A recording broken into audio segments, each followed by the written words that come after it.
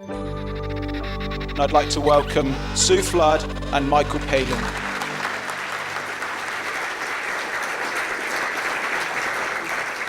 Why the perfect penguin? Well, I think emperors really are the most beautiful animal I've ever photographed, and they are the biggest, they're the most extreme. A big one is up to about 1.3 metres. They are just stunningly beautiful, and it's the fact that they're so extreme. They never go to land. They're either at sea feeding or out on a sea ice or braving those incredible temperatures that we've seen in films like March of the Penguin and so on.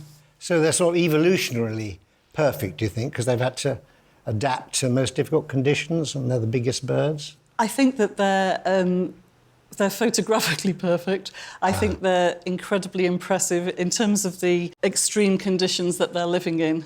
And we're just going to be... We're going to be upstaged. We're upstaged, totally. I mean, we're not... I know.